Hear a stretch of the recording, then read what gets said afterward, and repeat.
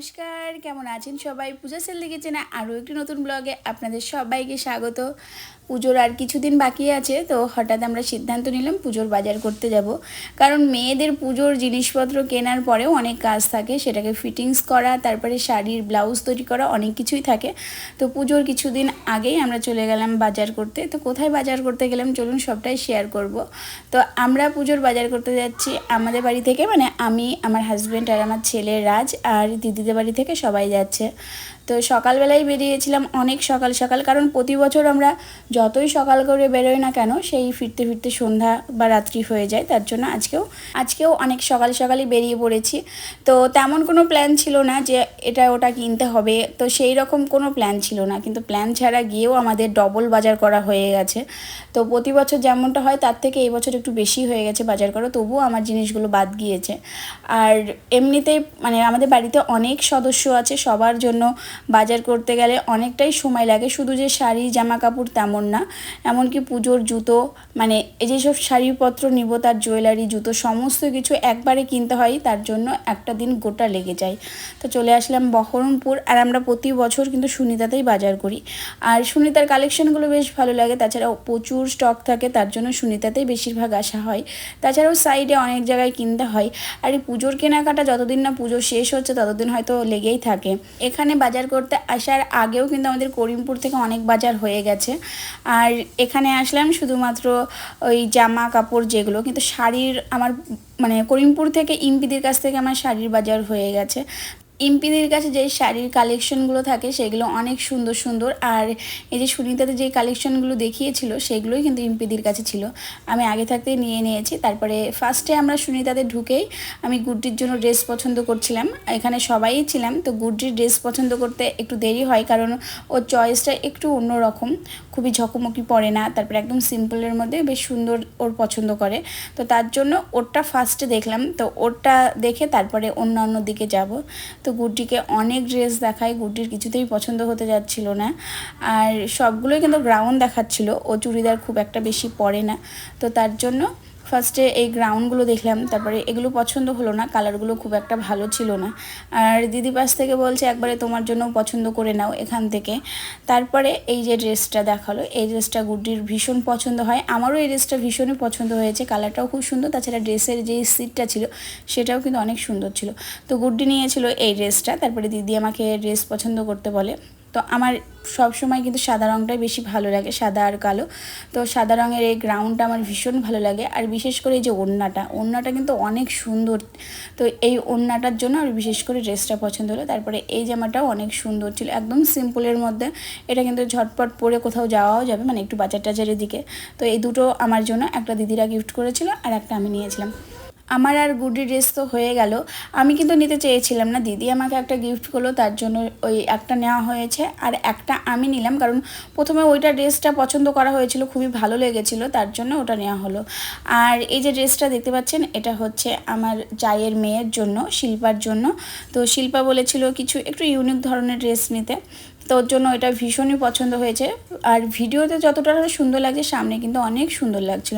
আর এদিকে সায়ন রেগে গেছে, কারণ হচ্ছে ওকে পেন্সিল বক্স কিনে দেওয়া হয়নি, ও প্রথমে বলেছিল আগে বক্স নেবে, তো সেটা পরে দেওয়া হয়েছিল, প্রথমে দেওয়া হয়েছিল না, তার জন্য রেগে গিয়েছিলো, বলছিল আমি কোনো ড্রেস নেব না। তারপরে এখানে বাচ্চাদের কালেকশনে চলে আসলাম, ফার্স্টে নিলাম সায়নের জন্য কিছু প্যান্ট নিয়ে নিলাম এখানে, তারপরে ড্রেস নিলাম। ও আমাকে বলেছিল যে আমাকে একটা লাল রঙের গ্রাউন্ড মানে ফ্রক একটা এনে দিবা। তো আজকে তো সায়নী আসেনি, সায়নী আসলে না প্রচণ্ড পরিমাণে জ্বালায়। আর এখানে একটা মেকআপের যেই দোকানটা আছে সুনিতার ভেতরে, সেখান থেকে এর আগের বছর 15,000 টাকার ও বিল করেছিল শুধু লিপস্টিক, আইলাইনার আর কাজলের জন্য। সেই ভয়ে এইবার আর নিয়ে আসেনি ওকে। তো ওর জন্য আমরা জামা কাপড় নিজেরাই পছন্দ করে নিয়ে যাব। আর আমার সায়নীর বেশিরভাগই ফ্রকটা বেশি পছন্দ করে, আসার সময় আমাদের বলে দিয়েছে প্রিন্সেস ড্রেস নিয়ে আসবা। তো ওর জন্য ফার্স্টে যেই লালটা দেখানো হয়েছে সেটা নিয়েছি, আর এই ড্রেসটা দিদিরা গিফট করছে, ড্রেসটা কিন্তু অনেক সুন্দর ছিল। কিন্তু প্রথমের দিকে আমাদের ভালো ড্রেস দেখায়নি, লাস্টের দিকে যা ভালো ভালো ড্রেস দেখিয়েছিল না অনেক সুন্দর। তো সেই ড্রেসগুলো প্রচুর দাম ছিল, মানে ওদের বয়সের যে জামাগুলো সেই জামাগুলোর দাম ছিল 7,000 থেকে শুরু, 7,000, 10,000 এরকম ধরনের ড্রেসের দাম ছিল। তো আর নিলাম নিলাম না লাস্টে, কারণ প্রথমের দিকে অনেকগুলো ড্রেস নেওয়া হয়ে গেছে ওর। তারপরে এই যে ড্রেসগুলো দেখাচ্ছিলো একদমই পছন্দ হচ্ছিলো না, একদম কালারগুলোও কেমন, তারপরে অনেক বড় হবে, একটু ভালো লাগছিল না, তো এগুলো পছন্দ হয়নি। অনেক ড্রেস দেখেছি, তার মধ্যে থেকে এখানে ফ্রকের মধ্যে দুটোই পছন্দ হয়েছে। তারপরে চলে গেলাম নিচে ছেলেদের কাউন্টারে। আর এর মাঝে কিন্তু আমার ছেলের, রাজের সবারই সব কিছু নেওয়া হয়ে গেছে, সমস্ত কিছু ভিডিও করা হয়নি, কারণ বাজার করতে না প্রচুর সময় লেগেছে, অনেক দেখে বেছে তারপরে নেওয়া হয়েছে। সবসময় ভিডিও করতে একটু ভালো লাগছিল না।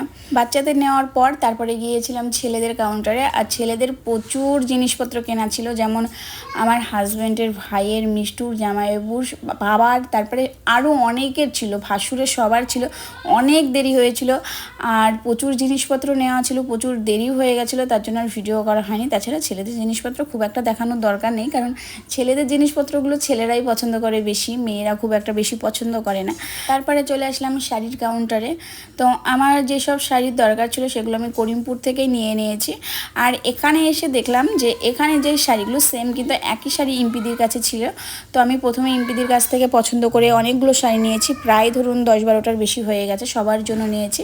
তো এখানে এসেছি দিদির জন্য শাড়ি পছন্দ করতে, মানে আমার যে ননদ, আমার পাশে যাকে দেখলেন সেটা হচ্ছে আমার ননদ দিদি, তো তার জন্য শাড়ি পছন্দ করছি। আর এই বেনারসিটা আমার কিন্তু ভীষণ ভালো লেগেছিলো, কালোর উপরে খুব সুন্দর ছিল। তো আমার বর তো একদমই পছন্দ করলো না, বলে এইসব কালো টালো পরতে হবে না। তো দিদি তো খুব একটা মানে বেশি রংচঙি কাপড় পছন্দ করে না, তো তার জন্য দিদির জন্য একদম হালকা কালার দেখা হচ্ছিলো। তারপরে আমাদের কালোর মধ্যে কিছু কালেকশন দেখায়, যেগুলো দেখতে অনেক সুন্দর লাগছিলো, কিন্তু দিদি কালো শাড়ি একদমই পছন্দ করে না, তো তার জন্য নেওয়া হলো না। তারপরে যে এই শাড়িগুলো দেখাচ্ছিলো এগুলো কিন্তু খুব সুন্দর ছিল, মানে এগুলো হালকা কাজের ভেতরে অনেক সুন্দর ছিল। এই শাড়িটা আমার ভীষণ পছন্দ ছিল, হলুদের উপরে নীল রঙের একটা কাজ করা ছিল। আর এই শাড়িটা না খুব পছন্দ ছিল, কিন্তু প্রচণ্ড ভারী ছিল, তার কারণে এটা নেওয়া হলো না। তারপরে লাস্টে যে এগুলো দেখালো, এগুলোর ভেতরে একটা শাড়ি নেওয়া হয়েছিল, যেটা অনেক সুন্দর ছিল, হালকা কালার ছিল। আর দিদি সবসময় হালকা কালারটাই পছন্দ করে। তো এর ভেতর থেকে ওই যে নিচে একটা হলুদ হলুদ টাইপের দেখছেন, ওটা নেওয়া হয়েছিল। আর এখানে অনেক রকমের শাড়ি দেখিয়েছিল, যেটা একদম সিম্পল, কিন্তু এখানে দেখলাম শাড়িগুলোর বেশ ভালোই দাম ছিল। তার কারণে আমি আর আবদার করলাম না যে আমাকে একটা শাড়ি নিয়ে দাও, কারণ এই শাড়িগুলো প্রচুর দাম ছিল। আর এমনিতে আমার বাড়িতে অনেকগুলো নেওয়া হয়ে গেছিলো, তাছাড়াও আমাদের অনেক বিল হয়ে গেছিলো, তার জন্য আমি আর কোনো আবদার করিনি যে আমাকে নিয়ে দাও। শাড়িগুলো শুধু দেখেই গেলাম, অনেক ভালো লাগছিল। লাস্টে মনে পড়লো যে আমার মেয়ে আমাকে বলেছিল একটা বেনারসি শাড়ি নিয়ে আসতে, ও হচ্ছে বউ সাজবে। তো এই লাল রঙের বেনারসিটা পছন্দ হলো না, কারণ অনেক কাজ ছিল, আর তাছাড়াও অন্য কোনো কালেকশন ছিল না শাড়ির ভেতরে, তো শাড়ি আর নেওয়া হলো না, করিমপুর থেকে নিয়ে নেব। তারপরে এই যে দেখুন, এগুলো হচ্ছে সব আমাদের বাজার, এগুলো বাদেও কিন্তু এখনও আছে। তারপরে বিল কাউন্টারে মানে পেমেন্ট করে তারপরে আমরা বাড়ি চলে আসছিলাম। আর কি অবস্থায় এসেছি দেখুন, সবার হাতে একটা করে ব্যাগ, তো খুব খারাপ অবস্থায় এসেছি। আর গিয়েছিলাম সকাল 9টায়, বাড়ি ফিরেছি রাত্রি 9টায়, ভীষণ টায়ার্ড। আর পুজোতে কি কি শপিং করলাম সেটা কিন্তু নেক্সট ব্লগে দেখাবো। তো আজকের ভিডিওটা এতদূর পর্যন্ত কেমন লাগলো কমেন্ট করে কিন্তু জানাবেন। সবাইকে টাটা, ভালো থাকবেন, সুস্থ থাকবেন, দেখা হচ্ছে পরের ব্লগে।